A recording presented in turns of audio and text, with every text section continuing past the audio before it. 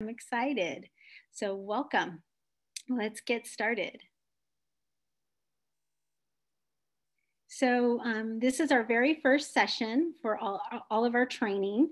We have it's a 10 session series, but today what we'll do is deep dive into our Let's Get Started chapter in our Sun Navigation Toolkit. We're gonna have some inspiration from our regional director, also tips from Tana, our emergency room RN charge nurse. We're also really gonna unveil our substance use navigation toolkit. Really excited about showing this because this is the one place you really need to know how to navigate on our website, as well as we have our new unveiling. I'm not going to say more about that. We're going to define the role. What is it a substance use navigator is and does? We're going to have identifying strategies for integrating into the hospital and emergency department. This is really big, especially when you're first starting. We're going to go over privacy and confidentiality laws and regulations for patients. We also are going to describe principles of ethics in their role, which is always important. That's something as a son you're going to experience on a daily routine when you come to the hospital. And we're going to identify techniques to establish boundaries with clients. This is really important for your role. And then we'll wrap up. So we have a really action-packed day. I want to present our very first speaker. She is an emergency department physician's assistant with 20 years of clinical experience. If you've been here for our Sun orientation, she provided us with inspiration, and I'm so excited that she came back because she is really passionate about medication-assisted treatment. She is an advanced practice provider lead for U.S. Acute Care Solutions at Marshall Medical in Placerville. So we just want to really let you know she does so much with the California Bridge, and she's going to give us a little background and history of California Bridge. Our regional director and a director for the California Bridge program, Ariana Sampson Campbell. Ariana? Thank you. All right, I am so excited. I actually, I remember the very first training for like our very first Sun group. And of course, this is different because it's on Zoom, but it's incredibly exciting, the kind of work that you are doing. Some of you have been here from the beginning, some people are just getting started, but this is essential work. And it's really been critical to the success of getting treatment to folks who need it at the right time in the right place. So next slide, I wanted to give a little history of the California Bridge, just so for those folks who are new to the program, you can get a little sense of like where this all came from. So of course, 2017, that's when the opioid crisis was declared a public health emergency. This is actually also a year that opioid overdose deaths surpassed motor vehicle collision deaths, even at their peak, like before seatbelts and safety. So we realized that we had an enormous problem on our hands. And actually, that's when I started into this work, because I realized that what we were doing from the emergency department, we were kind of like that open door. We're like safety net for a lot of things, and yet we weren't providing evidence-based treatment for opioid use disorder. So I started a program with the help of Andrew Herring at my site, and then a group of us kind of, they call us like this punk rock band of emergency department clinicians. We got together because we were doing this. I don't know if any of us thought we were necessarily being so incredibly innovative until we really discovered that many hospitals were not doing this, and the reasons for not doing this weren't necessarily, like we were doing the right thing for the right medical problem, but there was all these barriers that we realized. And so we came up with the California Bridge program so that we could really help hospitals develop programs that actually helped the people who needed help. So in 2018, that's when we founded the California Bridge program. I'll have to tell you, we started cold calling hospitals. And so it was really interesting. There's like this like band of like the first ones of us that we were cold calling hospitals and telling them this is incredibly important work that you should be doing. And a lot of the issues came out of, we don't have time, we don't have bandwidth. There's so many competing priorities. And you can just look at, there was this like disparity in access to treatment. 21.2 million people, 12 and older, needed treatment, substance use treatment. Only 3.7 million received any treatment at all. So how can we mobilize a system really quickly to meet these gaps in access to evidence-based substance use treatment.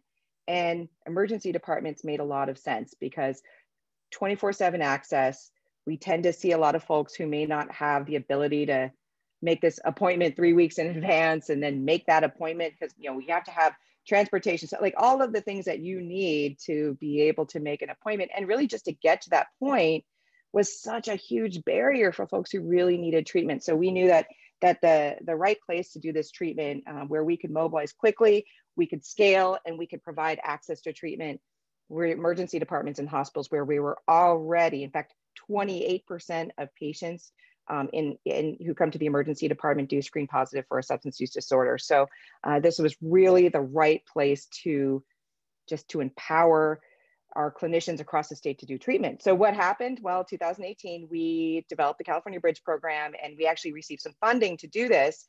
We were able to get funding. We just wanted, you know, our goal is high quality evidence-based substance use disorder treatment in every hospital in California by 2025. So we came up with our ideals, and we were able to get funding for 52 hospitals to, you know, increase access, just like I talked about.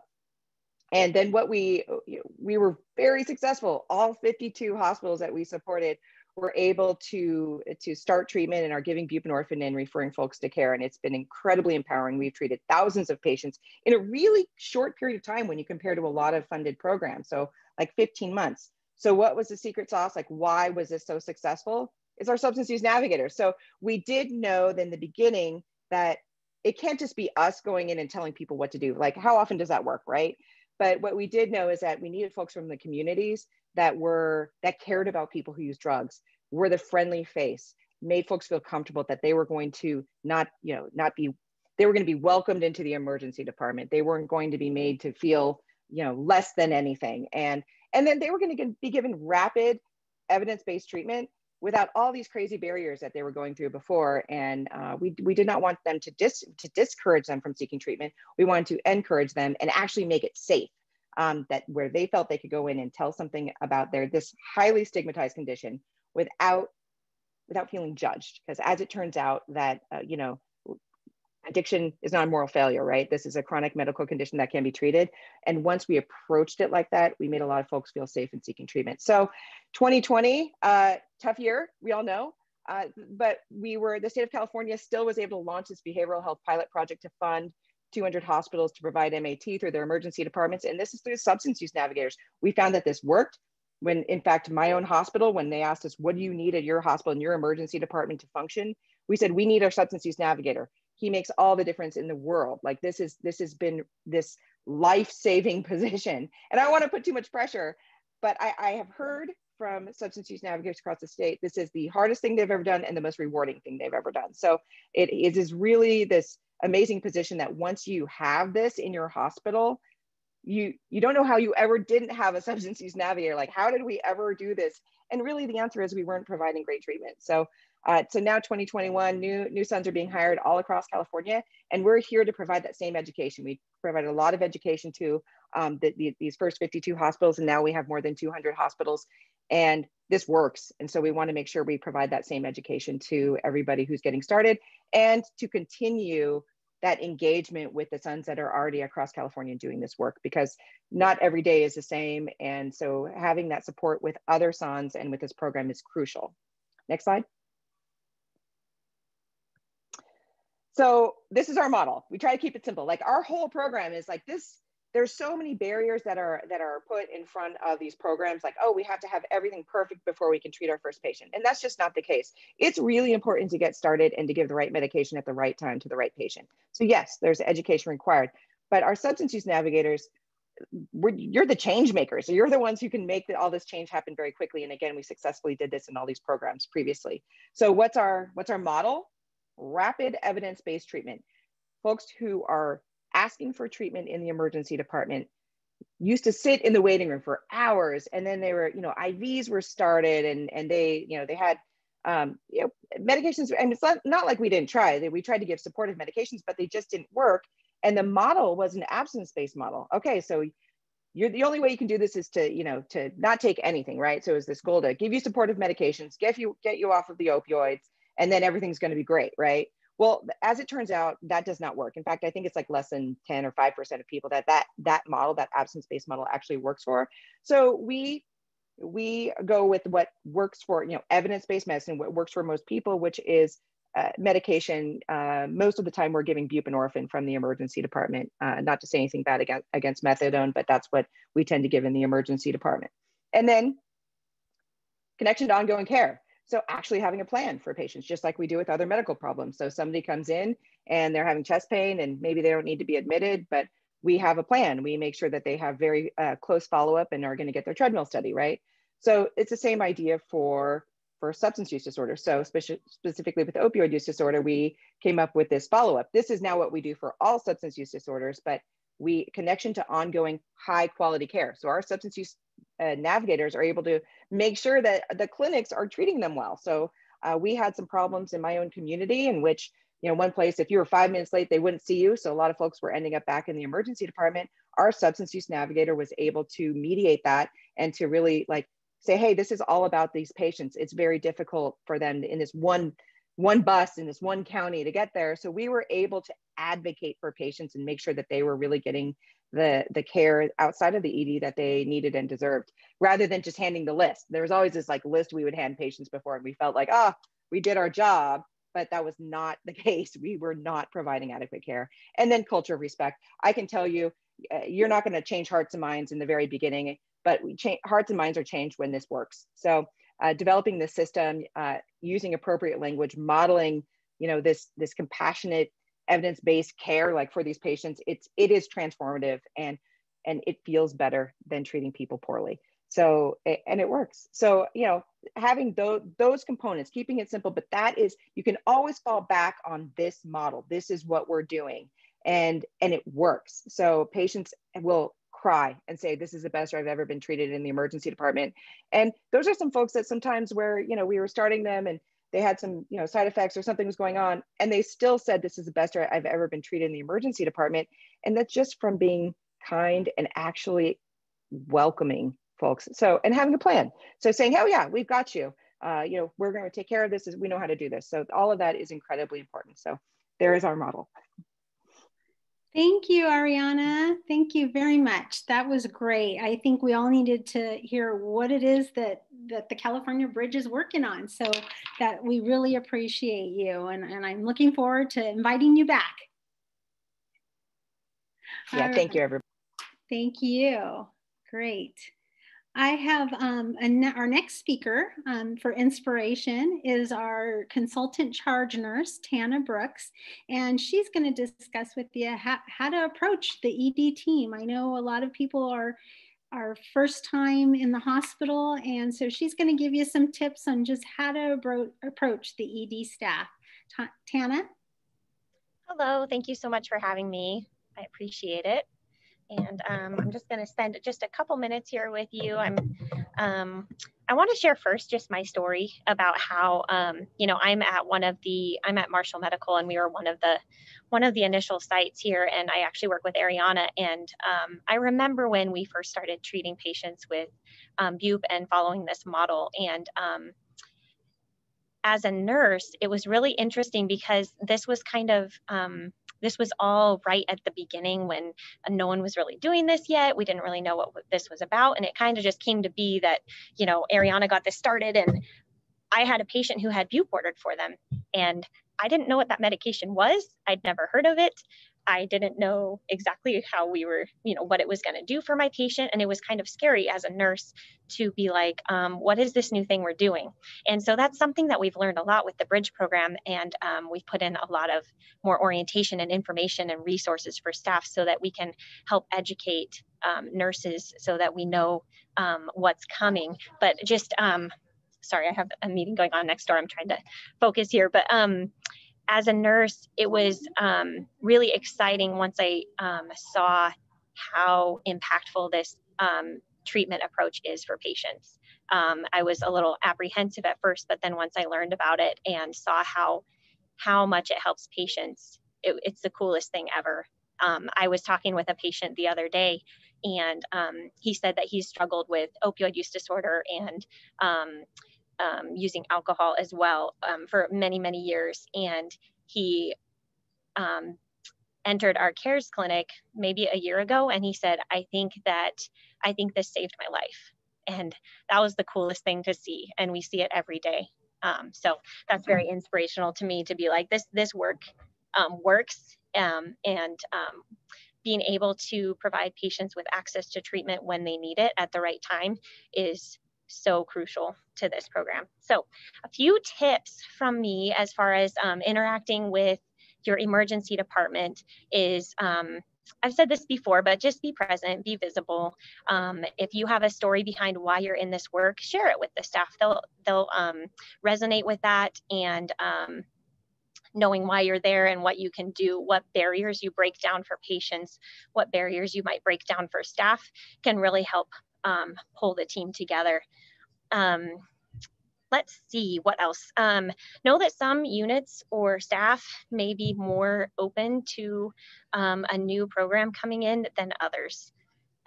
Don't take it personally, just be persistent, and know that it takes time. This is a really big culture change for some hospital systems or departments, and sometimes that just takes time.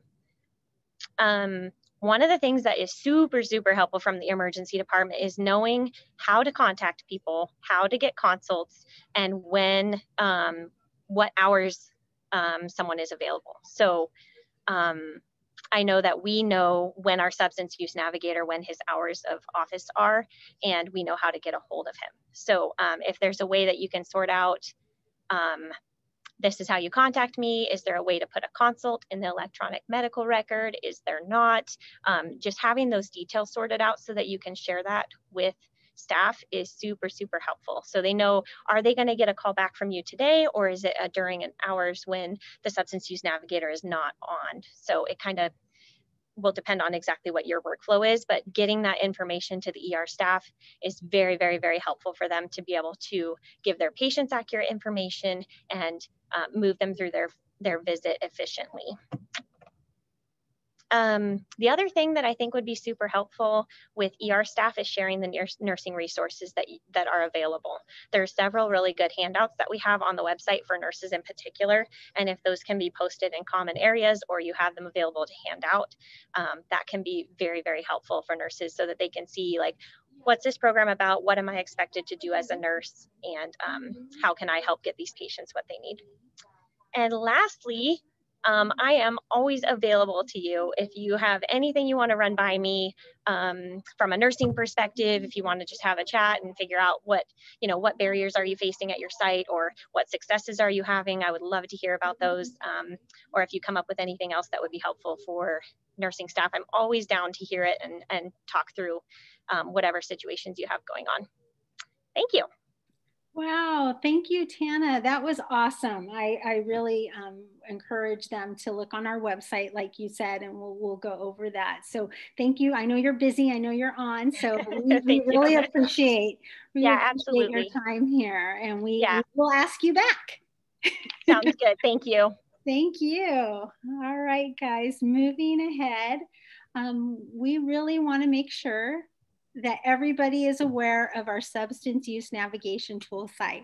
This is the QR code. If you have not signed up to get your substance use navigation toolkit, we really, really want you to do this. Why? Because this is the go-to resource.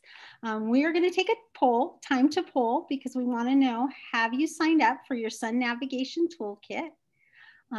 Yes or no, but I will sign up now. Have you accessed the Sun Navigation Toolkit online? We want to kind of just find out where everybody's at with this, because the toolkit, if you have it in hand, and some of those are going to be, some people have already received them in the mail, but the toolkit is the #1 resource for SUNs in all training. Our training program, it goes by the Sun Toolkit. It is kind of our Bible for being a Sun. Everything you need is in there. There is a section for patient material, for signs, for letters. Anything you can think of is in the toolkit. So we really want you to have it. If you have it now, bring it out. Again, some people have already received these in the mail. And we're going to deep dive. So if you want to follow along, you can just go to your book, open it, and follow. We're taking exactly the didactic, putting it into our program. But what we're adding is time for questions, time for chat, and some great stories from our Sun mentors. They've done this, they've been there, they have that experience to help guide you along. So some of these stories are really, really hit home, and you will love them. And so we're always going to try to have a Sun mentor kind of bring it closer to reality and what that toolkit looks like in real practice. We can't be together, you know, in site visits, and we are in a virtual setting, but we're going to do our most to make sure that you have everything you need. With that being said, I hear Christian, do you have something you want to share? Hi, can you guys hear me? We're good. Good, Yes. awesome. Well, here it is. This is the Sun Toolkit. I'm trying to see if I'm on camera here. So yeah, if you open it up and whatnot, we have all this great stuff. I know it's kind of hard to see on Zoom and whatnot. The thing that I would direct you to is the table of contents. It will be your guide to your guide.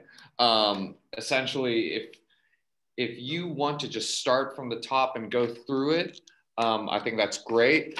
But also, if there are things that you may already know, you might not need to go through the entire toolkit. You know, it's a pretty hefty book, and you can pick out things that you might need. So if you have questions about, you know, shoot, I don't know anything about harm reduction or whatnot, you can find it in the table of contents.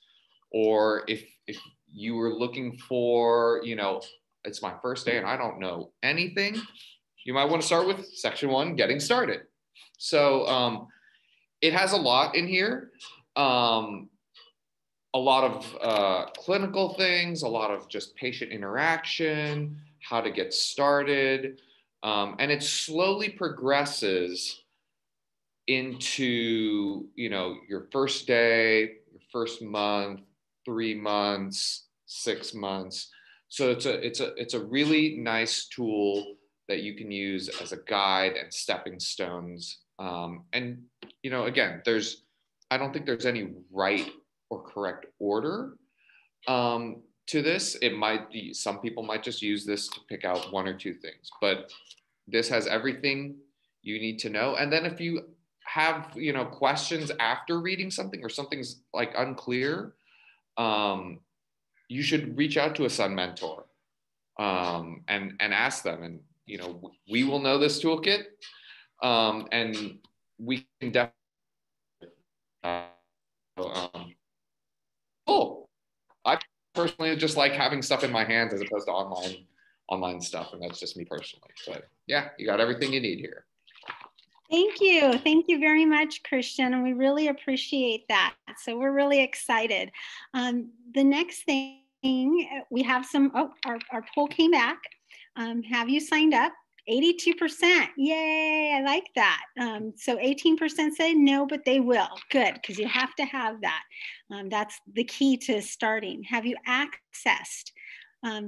58% no, but I will check it out soon. Well, we're going to help with that. I have Caroline, our resident techie. She's going to kind of explain. We want to make sure that you know how the easiest access to get into the Sun Navigation Toolkit. You have your hard copy, but we also want to make sure. So you're going to go on our California Bridge site. And if you haven't been there, it's cabridge.org. You're going to hit Tools, go to Resources, click on Resources, and it's coming up. And if you scroll up, you see this orange box on your right-hand side, Toolkit Quick Links. Last one is Substance Use Navigation Toolkit. Click on that. And out is, we'll download, and that's the easiest way There's multiple ways you can get in. There's no right or wrong here, but we wanted to show you something very, very easy. You can star it on your favorites page. But what's really important, like Christian said, he was trying to show you the table of contents. There's a section for everything. And again, we're going to follow this in our training series. Right now, section 1 is getting started. Next week will be substance use disorder and MAT, medication administration. We'll be talking about buprenorphine. Dr. Hannah Snyder will be here next month. If you go down again, through the whole program, there's all these sections, but what's really important, I know down at the end, people don't go to the appendixes, but it's really important as a son. This is all the material you need to get started. We have patient materials. If you need some instruction on buprenorphine, if you need discharge instructions, if you need safe drug use, everything is here for patient materials. You do not have to start from scratch. Appendix 2 is additional tools and resources. There is a FAQ about SUNS. If you just don't know and you're lost, print it out, read it out. Everything is here, you guys. So we just want to make sure these are all one-pagers and you can download them, print them out.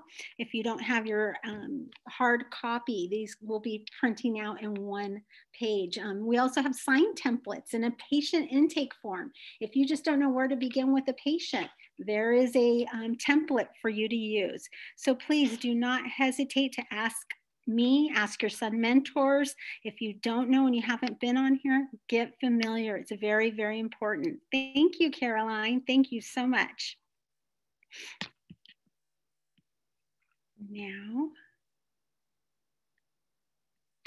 moving on. We have, what is a SUN? Okay, well, basically, we introduce patients to the MAT program and services. We develop connections and provide follow-up for patients, and we change the culture by promoting harm reduction. It's very important. So that's basically what Ariana said, but this is specific to what SUNS do. So next slide. What is it that you think SUNS do? You know, put it out in the chat. I want to know what you think. What is the most important role for a SUN? What is a difficult role for the SUN? What is an easiest? What does a SUN do, you guys? Tell me any of these questions. This is some of you I know have already been SUNs. Any answers out there? Taking a while? Here we go. They connect patients to outpatient care. They provide motivation. That's a huge one. Yes, support and motivation, and with motivational interviewing. They ensure safety. Yes, harm reduction. Developing relations with staff is important. To let you know there are resources. Very good point. There are so many resources. Support and advocate. Yes. So as you can tell, there's many. Educate about MAT. Yes, definitely. We have those tools in the toolkit. Be a bridge between staff and resources. Yeah, your ED staff does not know what's out there. Giving patient options for outpatient care, making the ED a more comfortable, inviting place for substance use disorder, educating the importance to adhere to treatment, really good. Make the ED more welcoming for those seeking treatment. Yes, culture change is huge. So all of these things kind of fill in. They're still coming in. All of these things fit in one of those roles. So as you can tell, substance use navigator role is never ending. There are many, many hats and roles that you guys are doing, from, you know, just basically intake with the patient to discharging them and making sure they're safe, that they have their prescriptions. So it's from beginning to end. And again, the follow-up, that's a big, huge thing, is following up on them. Nobody else does, right? We're the ones that call them a few days later or a week later. How's it going? And finding appropriate community resources is difficult. It is.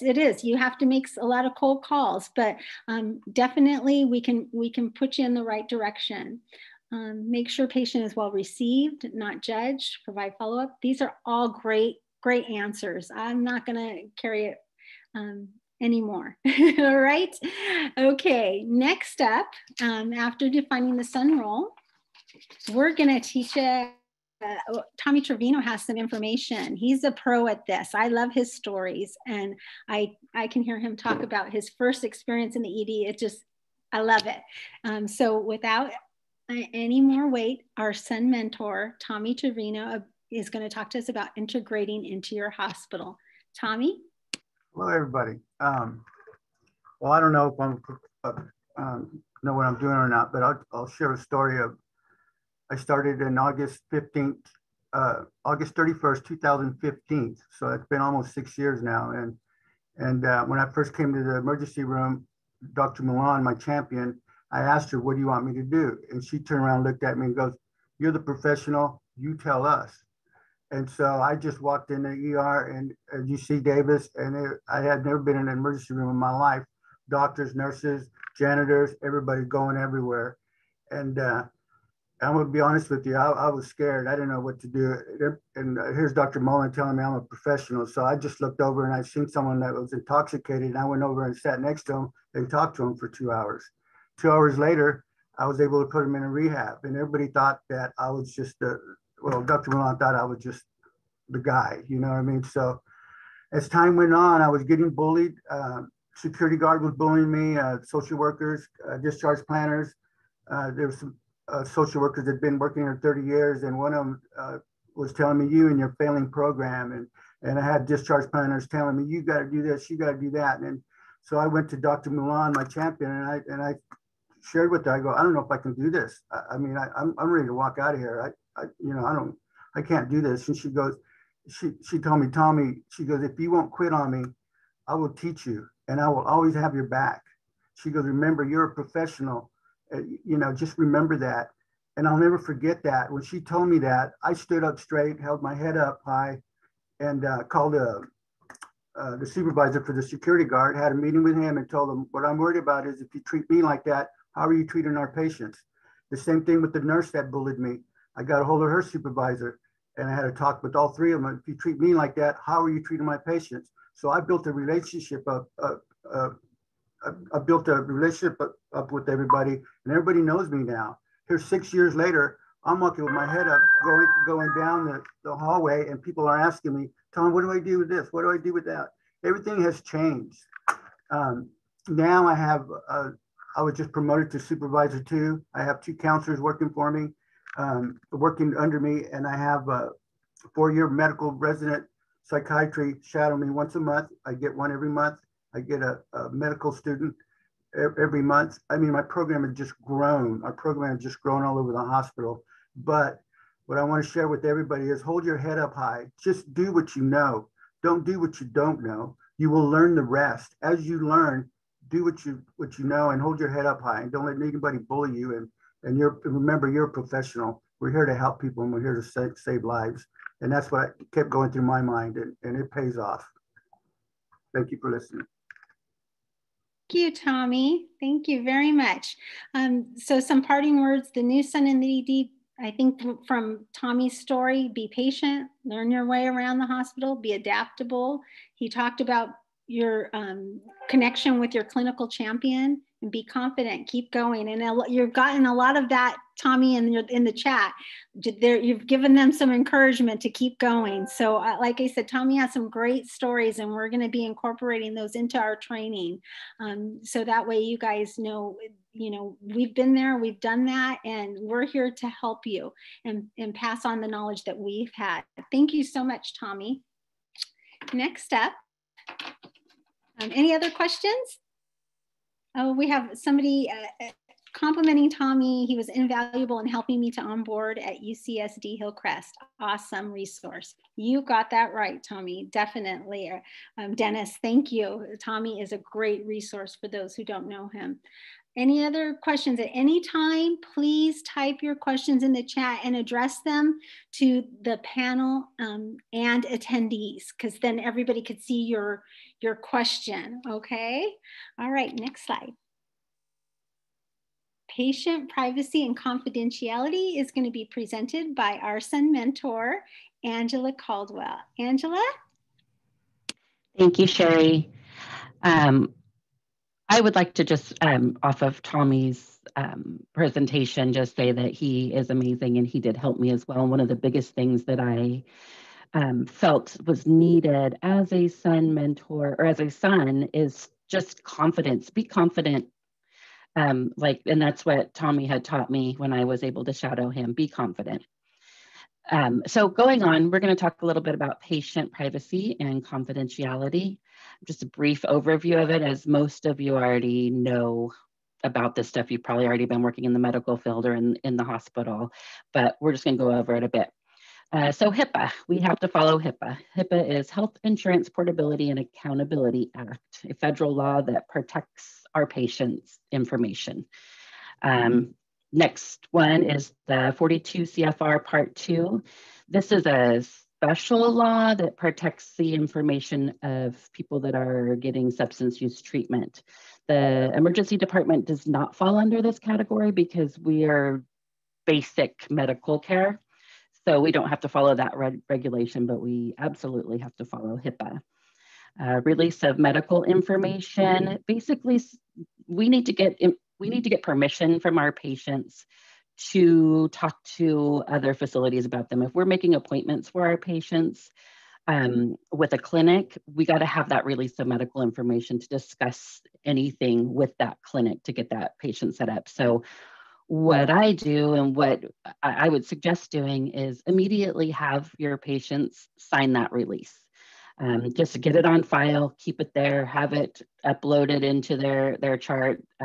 Ours is good for a year. So, you know, your policies might be different at your hospital, but look into that and find out, you know, what your hospital policies are, but get that signed right away. And if you aren't there, make sure that you're letting your nurses and your team know, have them available, maybe in triage or whatever, so that if you do get a bridge patient that comes in, have that nurse or whoever it is get that signed for you and leave it for you at whatever location that you know you're going to be receiving info or referrals, so that when you come in the next day, you can call. So we have a duty to report. If one of your patients were to mention to you that they, you know, that we're going to cause harm to themselves or somebody else, it's something that we need to report. You want to talk to your healthcare team about that. You also want to let your patient know that you do have that reporting requirement. Just so that they know. Everything else is confidential in between you and your patient and your team, but we can't keep it confidential if they're planning to harm someone or themselves. Minor consent and confidentiality. I would suggest talking to your hospital staff, talking to a social worker, finding out what your facility procedures are. In the state of California, you can speak with teenagers privately. We advise trying to make sure to encourage open communication with the family when possible.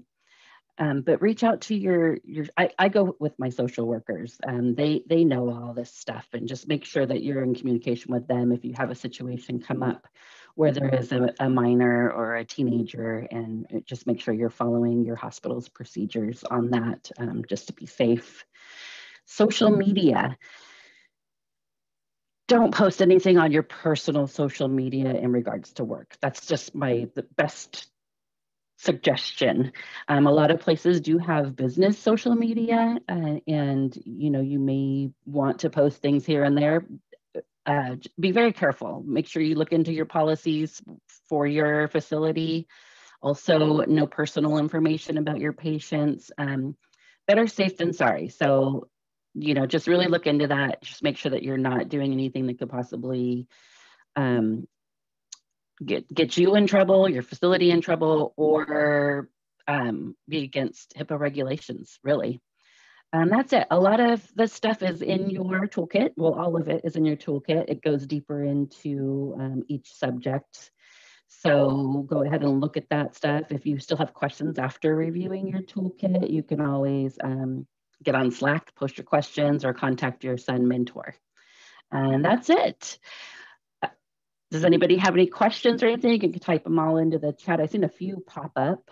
in there. Yeah, they asked about some F42 CFR Part 2. If they're not in a hospital, it would apply to them. But again, you had already went over that, Angela. So if anybody has any more, they can directly email me. They wanted to know how to upload. And I think Eric kind of answered saying they just put, you know, at my work, we put a label on it and send it to medical records if you can't upload it, because that's kind of a medical records issue. So mostly we would hand it out to medical records. Great. Let's see. Yeah, I think we're answering. I put it in there in the chart with patient label, top right corner. Yeah, I think that's what a lot of us do, is that we get the release of medical information signed, put a sticker on it, and then whatever your facility, however they process that. So good to know. Right, right. Thank you so much, Angela. I really appreciate your talk about patient confidentiality. Thank you. Next.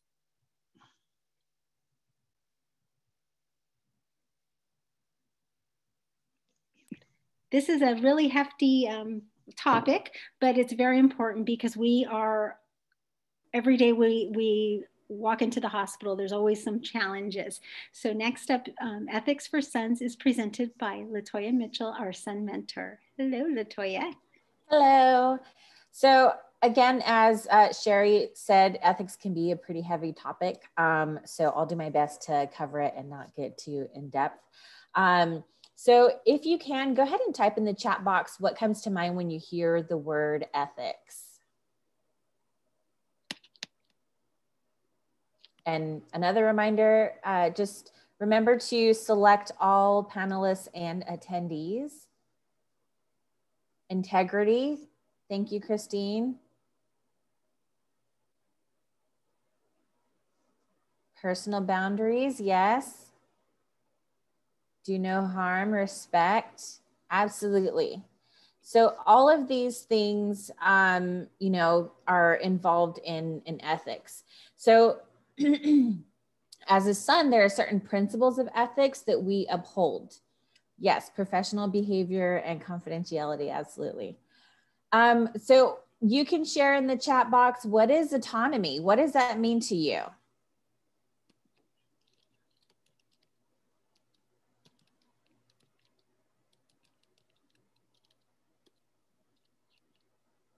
Private, okay. Making your own choices individually, yes. The right for a patient to make their own decision, absolutely. So yeah, promoting self-determination and freedom of choice. In the chat box, share what beneficence is. And also, if you know how to pronounce the word, I had to really practice it.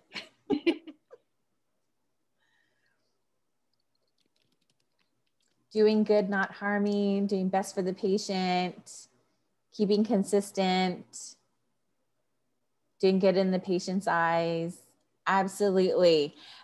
So definitely take actions and effort to promote good. Absolutely. And then, so now the next one is, sorry.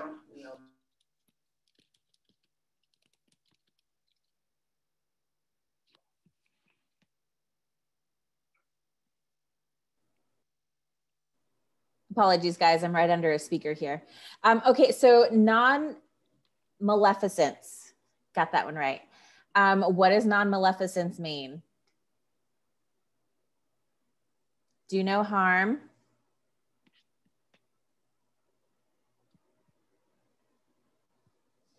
Yes. So, and the really cool thing is that with beneficence and non-maleficence, one is to promote good and the other one is to do no harm. So really meaning the same thing, but in slightly different aspects. So really great for both of those.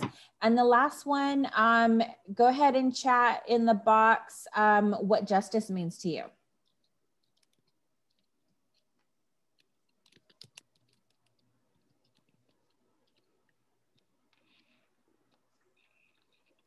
Yes, fairness, equality. Doing the right thing and advocating for patients, absolutely.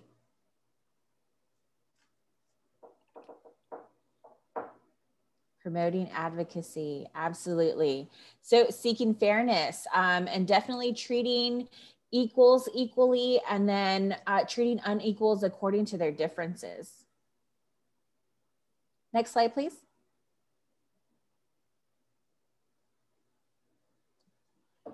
Okay, ethical dilemmas. So dealing with ethical dilemmas is never easy. It's based on the moral duty principles and the obligation to do the right thing. There will be an ethical dilemma that will happen to you, guaranteed. So the one I'm about to share, I guarantee you will encounter at some point during your job as a substance use navigator. So let's discuss how you might handle this situation. So say a patient has come to the ED to start buprenorphine treatment 3 separate times in the last month. Each time the patient is linked to treatment, so they're successfully started on bup, they're linked to treatment, but then they didn't follow up, and they wait so many days and they come back to the ED again to start the process all over. Now the provider is saying they're just abusing the system and they really don't want to treat the patient. What would you do? Tell me in the chat box.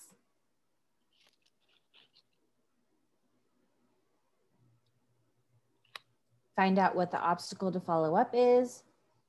Talk to them and educate, absolutely.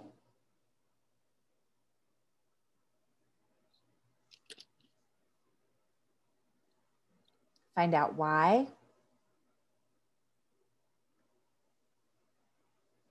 Advocate continued treatment. Going fast. Find an X-waiver doctor.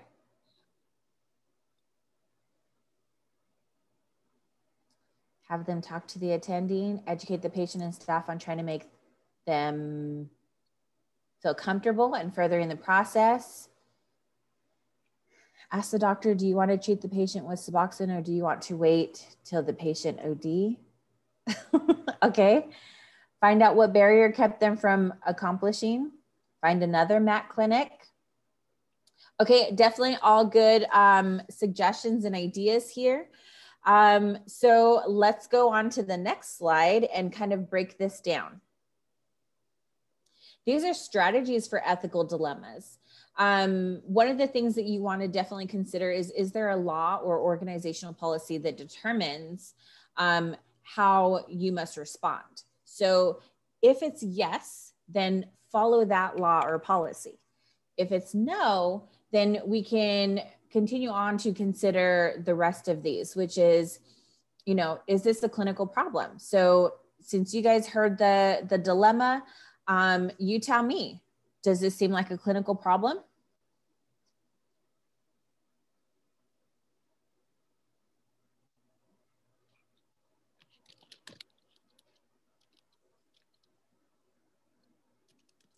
All right. So also tell me in the chat box, what is the ethical principle of concern? So of those principles I shared earlier for autonomy, beneficence, non-maleficence, and justice, which one is being violated here?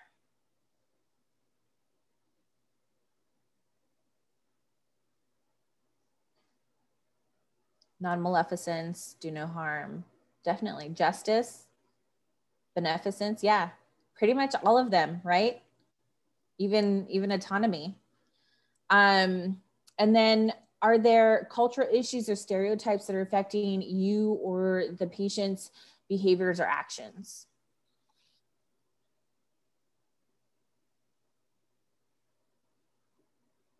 And lastly, what are your options? So it's kind of something that we already discussed, you know, how would you handle the situation? What are your options to do in this situation?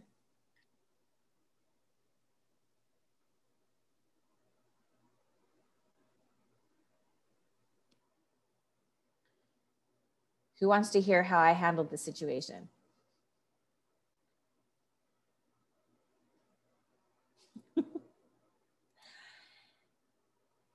Okay. I'll tell you, I'll share. So I did talk to the provider. I validated their feelings of frustration because I do think that's important. So I told them, you know, it must be frustrating when you really want somebody to follow through with something and they don't. And then I educate them. You know, it's my job to make sure to help these patients to overcome whatever barriers are in their way for treatment. So I will do my best to sit down with them, find out what these barriers are, what's preventing them from following up with outpatient treatment. And you go ahead and put the order in to dose them. That way, you know, they're, you know, not feeling sick and want to just run out of here. And I will do my best to help them so that, you know, we can overcome these barriers that are in the way. Now, that's usually how I deal with this situation when this dilemma comes up and how it happened the first time. There are sometimes that, you know, even that,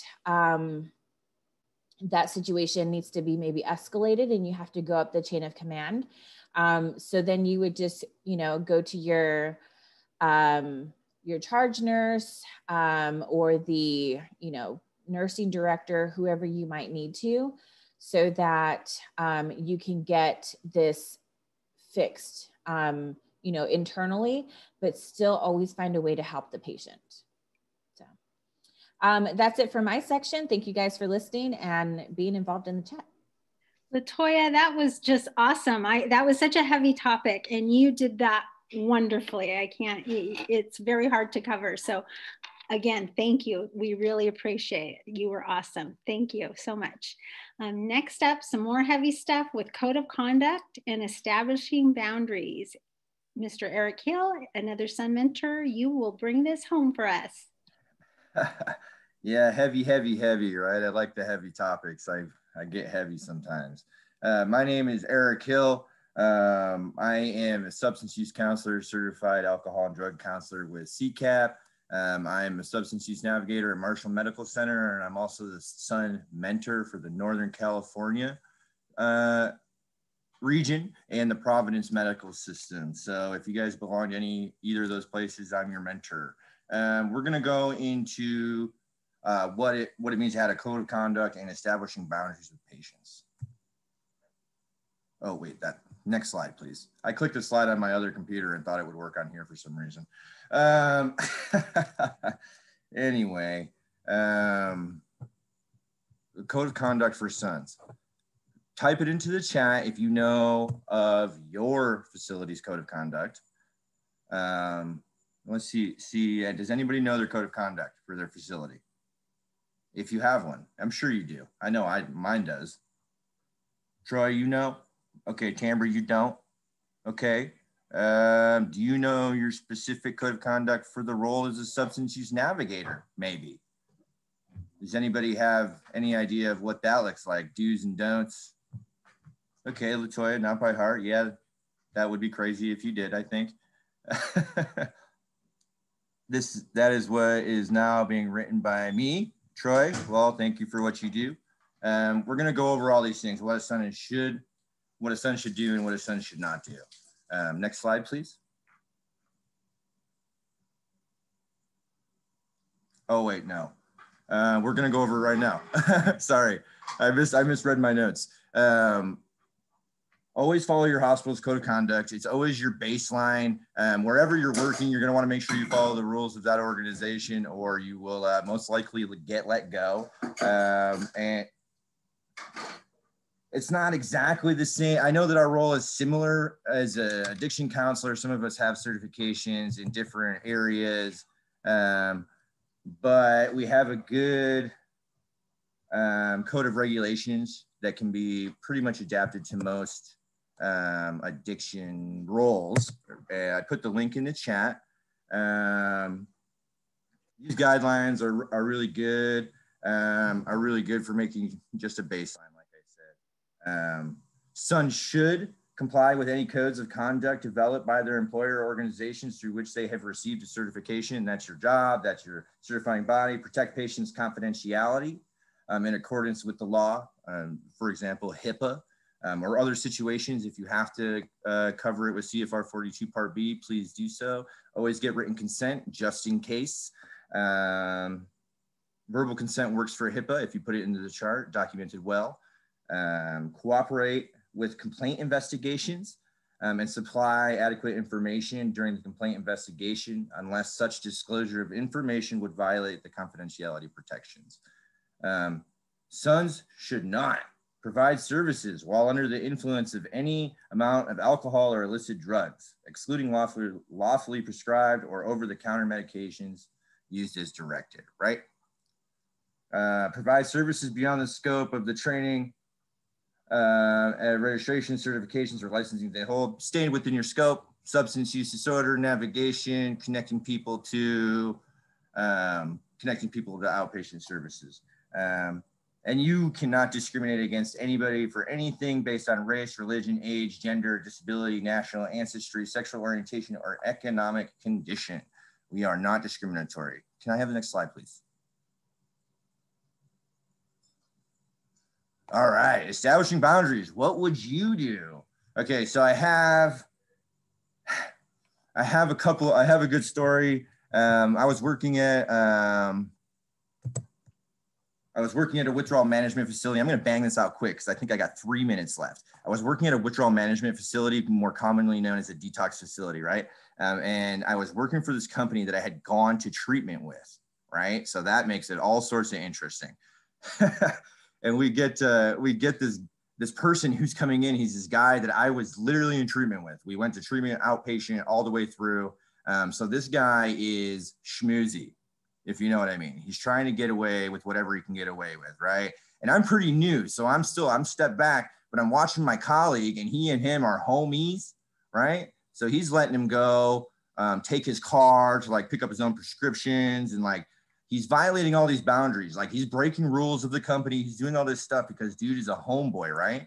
So once we found out this was once like my boss found out this was happening, we, put a cut to that, right? And when we investigated, we found that he was trying to go to his car. This last time we would cut it off. He was trying to go to his car to get a syringe that was full of heroin, and he had been abstinent for days. So if he had injected that syringe of heroin, there was a really good chance he would have OD'd. So the point I'm trying to bring home here is that violating boundaries, violating the codes of conduct, doing these things puts patients at risk. It puts people at risk. It can cause harm, fatal harm, right? When we talk about this, we often think, oh, we're going to cause harm. Patient asking you for money, maybe giving him 15 bucks. Like, is that really going to cause that much harm? Who knows, right? But really what happens is it's that relationship that gets damaged, right? It's that person's path that gets damaged. It's that redirection, right? Where we're supposed to be that direction into a positive direction.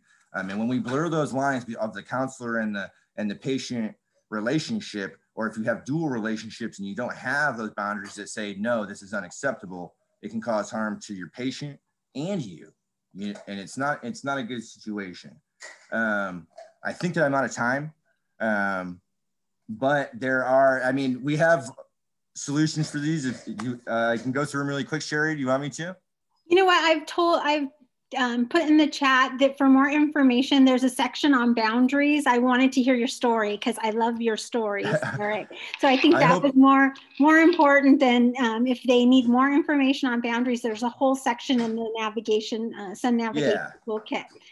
So I appreciate and thank you. And I'm sure we'll have a part 2 later with another one of your stories. Definitely. I love that. We're going to be wrapping up. Thank you so much, Eric. If you have questions, type them in the chat. We just want to leave you with some key concepts. SUNS are essential for engaging patients, starting MAT, making connections to ongoing care, and changing the culture in the hospital. SUNS must be patient, adaptable, and confident. SUNS uphold all aspects of patient confidentiality in accordance with regulatory and hospital policies. Make sure you know your hospital policy. When ethical dilemmas arise, use strategies, which Latoya showed you today, some great strategies, and boundaries. We went over that to assist to maintain therapeutic relationships. Again, can you advance the slide? So our wrap up, evaluations, please complete your evaluation for KDAP CEU credit. This is really also for attendance. If you need to prove to your supervisor that you did attend today, it's a certificate of attendance or a CEU. And we'll talk about later about KDAP. They're going to come and talk to us in future trainings about their programs. Sun Training 101 is next month, Thursday, March 25th at 11 a.m. We really encourage you to attend. Dr. Hannah Snyder will be talking to us about buprenorphine and medication-assisted treatment. This will be action-packed with Dr. Snyder. And then our next regional meeting is the following month in April. So that's our upcoming events. Go ahead. We have Slack. How do you stay in touch? If you didn't get your question answered, sign up with Slack. Very important to pose clinical questions, just anything you have. Sign up and we will get back to you. This is not for an emergent situation. If there's an emergent situation, we don't recommend Slack, but things that can wait or you just have a question. Next slide. Our bridge team today, Miss Ariana Sampson, Tana, program staff. I really want to reach out and thank Francesca and Caroline. They have been awesome with the Sistine. They're the ones that make all of this. They're behind the scenes, and without them, we couldn't do this. And of course, our Sun mentors, who are always awesome, who always have some experience and stories to share. Thank you so much. Next slide, and my information. Contact California Bridge. That's any of us. And I'm going to leave you with this slide. Last slide. Those who bring sunshine into lives of others cannot keep it from themselves. Always remember to take care of you. I loved it about the sunshine. So thank you very much. If we didn't answer your question, put it on the Slack. Definitely we can answer it there. We also will get back to you at the end of the day. All right. Thank you and have a great day. Bye-bye. Bye. Yeah, Chantel's book.